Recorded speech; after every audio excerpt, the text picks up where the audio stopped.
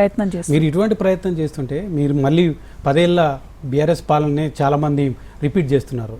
10 ఏళ్ల కాలంలో పూలే విగ్రహాన్ని ఎందుకు పెట్టలేకపోయారు? కొండా లక్ష్మణ బాపూజీ తెలంగాణ ఉద్యమానికి ఆశ్రయం కల్పించిన కొండా లక్ష్మణ బాపూజీ చనిపోతే రాని వాళ్ళంతా ఈరోజు బీసీ ఉద్యమం చేస్తున్నారు. కేసీఆర్ లాంటి వారు రాలేదు. ఆ రోజు తెలంగాణ ఉద్యమానికి ఆయన ఆఫీస్ని ఇచ్చారు, మీరు ఉద్యమం చేసుకోండి అని చెప్పి. అలాంటి వారి పట్ల రాలేదు. ఈరోజు బీసీ ఉద్యమం చెప్తే మేము నమ్మాలా, వాళ్ళు వస్తే బీసీలో అంతా తోడుగా నిలవాలా అని ప్రశ్నిస్తున్నారు. దానికి ఏం సమాధానం? నేను ఒక మాట చెప్తా అండి. పూలే గారి విగ్రహం అసెంబ్లీ పెట్టమని నేనైతే ఎప్పుడు అడగలేదు కేసీఆర్ గారిని. కేసీఆర్ గారు తనంతటనే పూలే విగ్రహాన్ని ట్యాంక్ బండ్ మీద పెట్టాలని చెప్పి ఆదేశించారు. దానికి సంబంధించి ఆనాడు మంత్రిగా ఉన్నటువంటి శ్రీనివాస్ గౌడ్ గారు, గంగుల కమలాకర్ గారు, బీసీ కమిషన్ సభ్యులు అందరూ కూడా వెళ్ళి ప్లేస్ కూడా చూసి రావడం జరిగింది. తర్వాత ఎందుకు ఆగిందో సాంకేతిక కారణాల వల్ల ఆగింది అని చెప్పి బీసీ కమిషన్ మెంబర్స్ నాతో చెప్పడం జరిగింది. బాపూజీ, కొండా లక్ష్మణ్ బాపూజీ గారు నిజంగా కూడా బీఆర్ఎస్ పార్టీని బతికించినటువంటి వారు.